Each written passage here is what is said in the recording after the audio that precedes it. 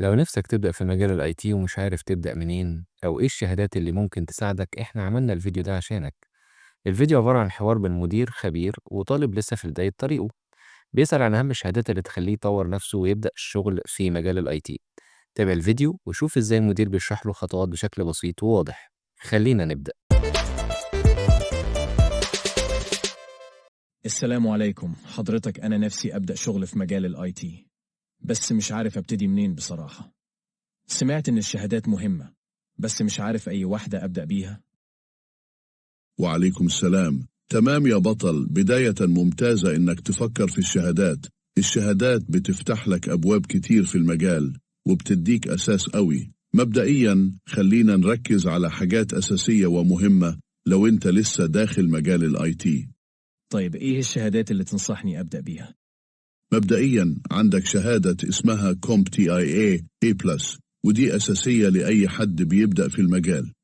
هتتعلم فيها كل حاجة عن الهاردوير والسوفتوير بشكل عملي، يعني إزاي تصلح الأجهزة وتتعامل مع مشاكل أنظمة التشغيل، ودي حاجة الشركات بتدور عليها في الموظفين الجدد. كويس، ودي تبقى كافية أبدأ بيها؟ ممكن تعتبرها البداية، لكن بعدها في شهادة تانية اسمها CompTIA Network Plus.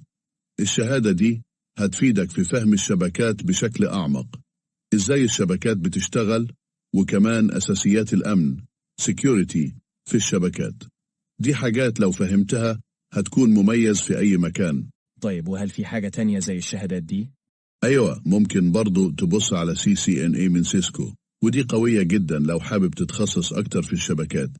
بتديك مهارات متقدمة في الشبكات وتعلمك الحاجات اللي هتحتاجها لو اشتغلت في بيئة بتعتمد على بنية تحتية شبكية Network Infrastructure قوية. طب ودي في شركات معينة بتطلبها أكتر؟ طبعا شركات كتير بتدور على أصحاب الشهادات دي، خصوصا اللي في الشبكات. لكن لو عايز توسع اختياراتك ممكن كمان تشوف MCSA من مايكروسوفت.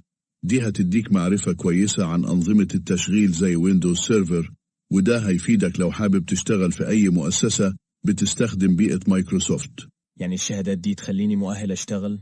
أيوة طبعا، دي بتديك أساس كويس وتقدر تبدأ في شغل زي IT Help Desk أو دعم فني، وبعد كده مع الخبرة ممكن تتوسع أكتر. طب لو حبيت أخد خطوة أكتر ناحية السحابية كلاود؟